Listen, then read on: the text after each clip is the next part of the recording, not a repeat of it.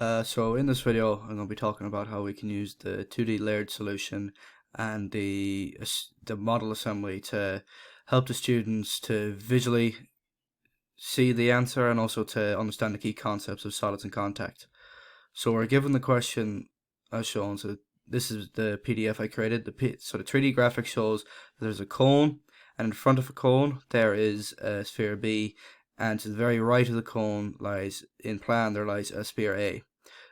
We can see that sphere B, its axis is in line with the axis of the cone, which means that if we go down on the plan, that its center is going to lie along this axis going through right here. So it's going to lie somewhere along here. Sphere A, of course, we can see from plan, it lies along the extreme right of the cone, so this center line, its center point is somewhere along this line here. So we can use the 2D layered solution to show the students a step-by-step solution, just so they can visually see what the answer should look like, and they can use it to compare with their own, but also we can use it to just explain how they should answer the question. So if we take the sphere A on the right, for example, when we start drawing the question, we're able to draw the elevation fully, but we can't draw the plan to completion because we don't know where the center point of A is. So we know that it's diameter 35 from the question, and we know it says in the question that the 3 items rest on the floor. So we know that sphere A is in contact with the floor, or the X and Y line, and that it's also in contact with the extreme right of the cone.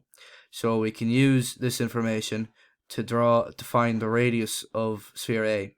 So it's diameter 35. So to find the radius, if we come up 35 and draw a horizontal line across 17.5, we know that the center point of sphere A lies in that line. And all we have to do then is draw a line parallel to the extreme right generator, 17.5, where these two lines meet will be our center. Bring it down until it crosses the extreme right generator, and we have sphere A. For sphere B, we can do something similar. So we know where it is in the elevation, but we don't know where the center point lies along this line in the plan. So what we can do is we can draw a sphere on the extreme left generator that's the exact same size, bring it down till it lies on the left generator and plan, and then swing it around till it's in the very front, which will give us our finished circle here. So that will give us the two answers. So we can use a 2D layered solution. We can see here an explanation as to why we're doing all the steps, and so that they can visually see the answers. We can also use the assembly for more visual aid. They're able to see, if we look at it from the front, they can see what the elevation looks like, and they can see that the sphere here, sphere A, is in contact with the extreme right generator.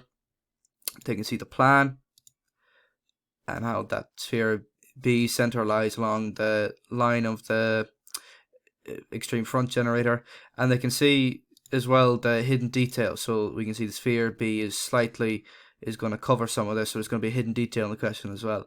Again, can be used to visually enhance the student's knowledge of the question.